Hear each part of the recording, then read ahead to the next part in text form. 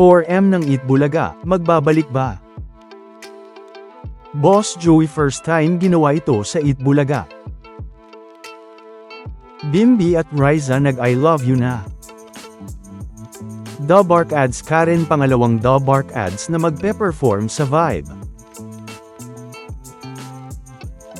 Talaga namang dalawa na nga sa mga The Bark Ads natin ang napasama sa isang show ng TV5, dahil bukod nga kay The Bark Ads, Alan Kay na una nang nakapag-guest sa Vibe ng TV5 noong May 2026 lang.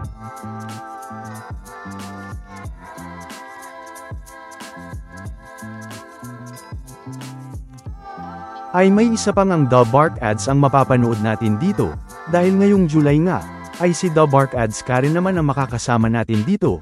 Dahil bukod na sa pangatlong single nito na Kolorete na na-release noong July 10, ay nakapasok na rin na si Karen sa Vibe spot ng Vibe Plus, at mapapanood na rin nga natin sa Vibe ng TV5 ngayong Sabado, July 18, 2026.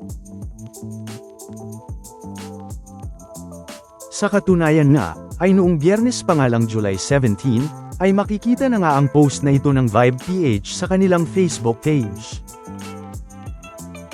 At makikita ngang kasama dito si The Bark Ads Karen.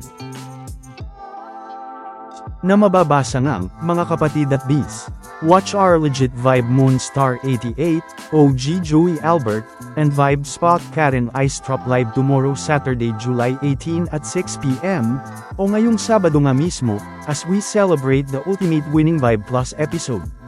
Don't miss this massive weekend OPM concert featuring your favorite Vibe jocks, epic live performances, and leaderboard hits. Na talaga namang pasabog na naman nga ng The Bark Ads sa TV5. Na makikita ngang bukod kay The Bark Ads Karen, ay pasabog din nga ang mga makakasama natin sa Vibe ngayong Sabado. Nasabi nga naman ng Vibe, because you deserve more. Samantala, isang pasabog at nakakakilig na naman nga na bulagaan ang nangyari sa Eat Bulaga ngayong Sabado July 18. Na kung saan ay ang unang group pa rin nga ay ang trio na sina Maine, Miles at Karen.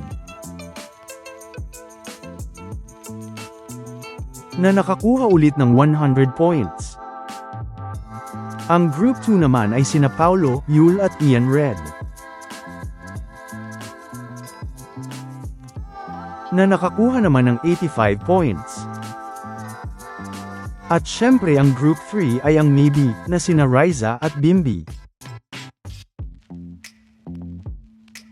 Na nakakuha naman ng 75 points.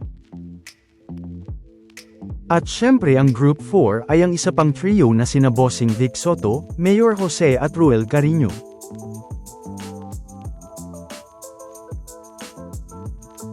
Na nakakuha din naman ng 100 points. Pero syempre, nagpakilig na naman si Riza at Bimby sa Eat Bulaga, na kung saan ay hinara na nga ni Bimby si Riza ng Can This Be Love.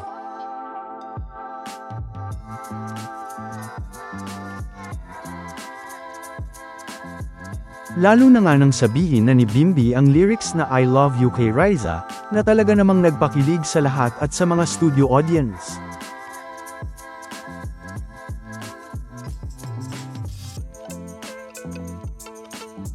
Na kung saan ay binuhat pa nga ni Bimby si Riza, matapos nga itong matulak at mawala sa Eat Bulaga stage.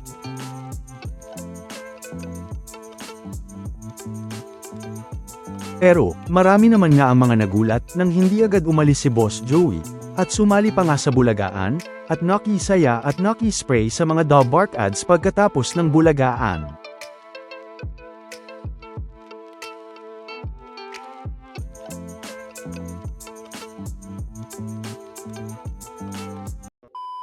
Welcome back mga ka-highlights!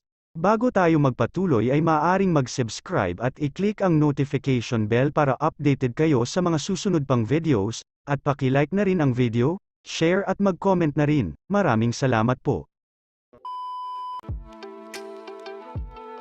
Na kung saan, ay pagkatapos nga ng tawanan at kilig, ay pinaiyak naman tayo ng Eat Bulaga sa segment na The Age is Right, na kung saan ay naiyak nga ang lahat sa kwento ng legit The Bark Ads natin na secret agent na si Mommy Lolieta, na nanalo noon sa sugod bahay at kinasal sa tulong ng Itbulaga noon.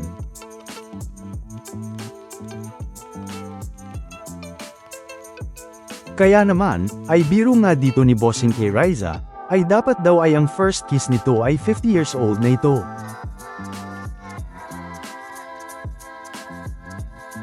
Sabay sorry nga ni Bossing kay Bimbi, naka-love team naman nga ni Riza sa Itbulaga.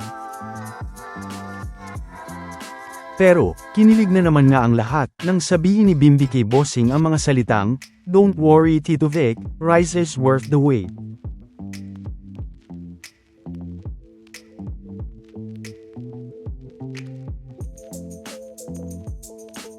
Samantala, talaga namang nakumpleto na nga ang pagbisita ng dalawa sa kukumpleto sa 4M ng Itbulaga noon, matapos na muling bumisita si Maha Salvador sa Itbulaga, na matatandaang noong Biyernes nga lang July 17, ay bumisita si The Bark Ads Maha Salvador sa Itbulaga.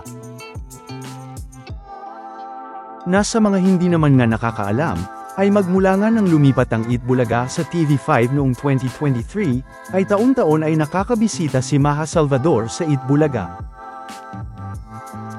Gaya noong 2023, na matatandaang kasama pa nga noon ni Maha si Miles bilang mga studio audience. Na nasundan pa nga noong December 2023.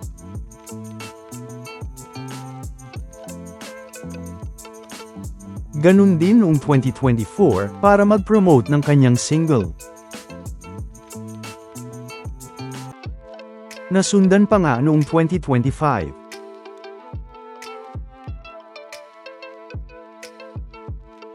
At syempre ngayong 2026. Na mga napag-usapan na rin naman natin noon. Kaya naman, ay si The Bark Ads MJ Lastimosa na nga lang ang kulang, ay makukumpleto na nga ang pagbisita ng 4M ng Itbulaga ngayong 2026, na matatandaang nakabisita naman sa Itbulaga noong 2023, at nakasama natin noong sa segment na Sugod Bahay.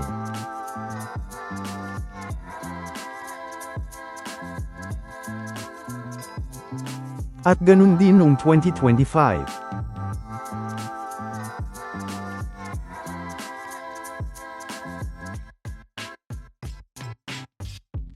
Kaya naman, ay makakasama nga kaya natin ulit ang kinilala at tinawag noon sa Itbulaga na 4M na mga The Bark Ads, dahil sa mga pangalan nito, na sina Maine Mendoza, Miles Ocampo, Maha Salvador at MJ Lastimosa, at makakasama nga kaya natin sila Maha at MJ sa darating na 47th anniversary ng Itbulaga sa July 30 bilang mga special guest. Sa ngayon nga, ay matatanda ang una na rin ng sinabi ni Maha na hindi siya makakasama sa 47th anniversary ng Itbulaga, pero masaya siya na nakasama ang mga The Bark Ads, at nakabisita sa birthday month ng Itbulaga ngayong July.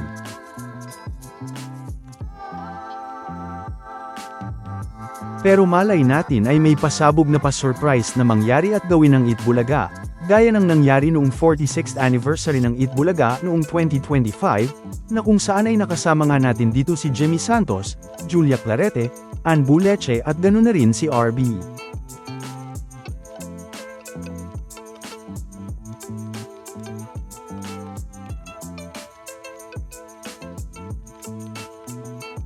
Samantala, ano naman ang mga masasabi nyo patungkol sa mga napag-usapan natin sa video na ito?